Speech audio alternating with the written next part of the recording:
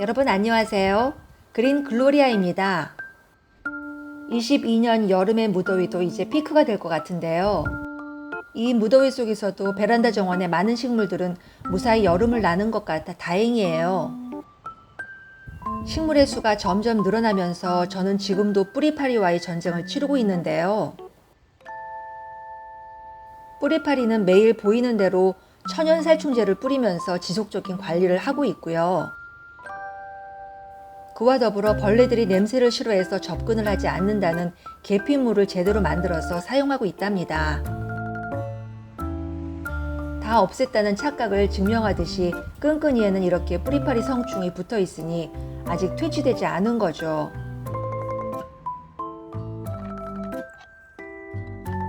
지난번에 계피물을 만들 때에는 너무 쉬운 방법으로 통계피를 그냥 물에 넣어 우려서 사용해 봤는데요. 너무 간편해서 편하긴 했지만 뭔가 우려낸 계피물이 진하다는 느낌이 들지 않아서 다른 방법을 찾게 되더라고요.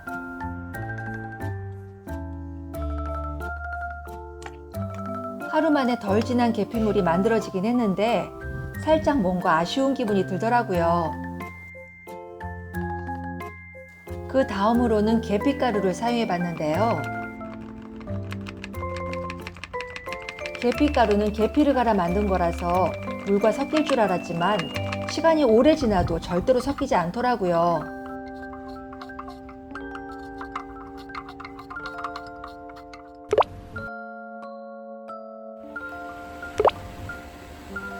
통계피를 그대로 물에 넣고 끓여서 진한 계피물을 우려낼 거예요. 딱 10분만 끓이면 완성된답니다. 처음에는 가장 센 불로 끓이다가 팔팔 끓기 시작하면 불을 줄이면 되는데요.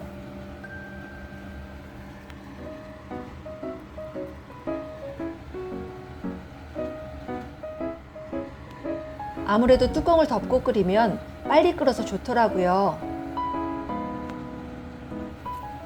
이쯤 되면 온 집안이 향긋한 계피 냄새로 가득한데요.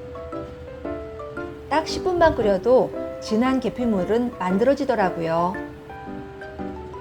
다른 집에선 어디선가 수정과 만드는 줄 알 거예요. 10분만 끓이고 나서 식히면 되는데요. 이게 물은 적게 넣고 계피를 많이 넣은 거라서 그냥 쓰기에는 너무 진할 것 같더군요. 저는 2리터 병 2개에 계피물을 이 정도로 채우고 남아있는 계피도 병에 각각 넣어줬어요. 진한 계피물이지만 색은 그리 진하지 않더라고요. 병에 남은 공간은 수돗물로 가득 채워서 이대로 사용하려고요. 도무지 물에 녹지 않았던 계피가루도 같은 방법으로 물에 넣어 끓여봤어요. 물의 양은 일부러 적게 잡았어요. 진짜 영상으로 봐도 물에 둥둥 뜨는 게 물에 녹을 기미가 보이지 않죠?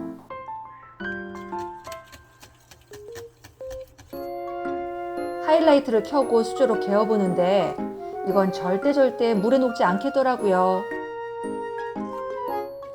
물의 양을 통계피보다 적게 넣은 이유는 어차피 물에 희석할 거라서 물을 많이 넣을 필요가 없다 싶었어요. 아무리 풀어줘도 절대 안 풀릴 거라 생각되었지만 온도가 높아지면서 서서히 계피가루가 풀리는 걸 알 수 있겠더군요.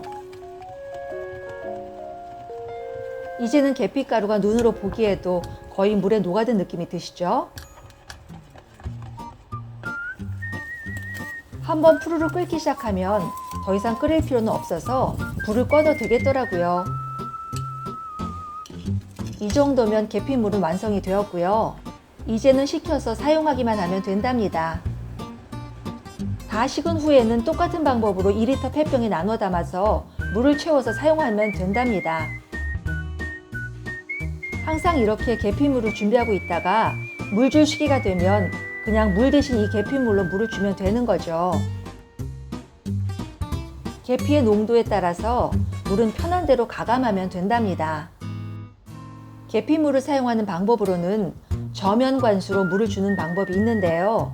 조금 깊은 그릇에 계피물을 담아서 그 위에 화분을 놓으면 식물의 뿌리를 통해서 서서히 물을 흡수하게 되는 원리예요.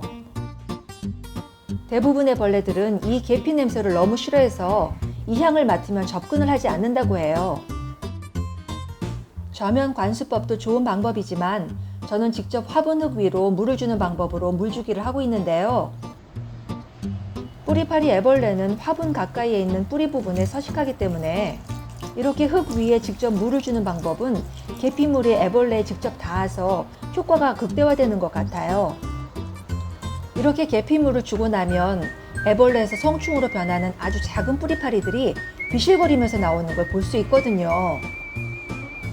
계피물은 벌레를 퇴치하는 것 이외에도 식물에게는 천연 영양제가 될 만큼 효과가 아주 좋아서 보약을 먹이는 기분으로 사용한답니다. 오늘도 영상이 도움이 되셨다면 구독과 좋아요 꼭 눌러주세요. 마지막까지 영상 시청해주셔서 감사합니다.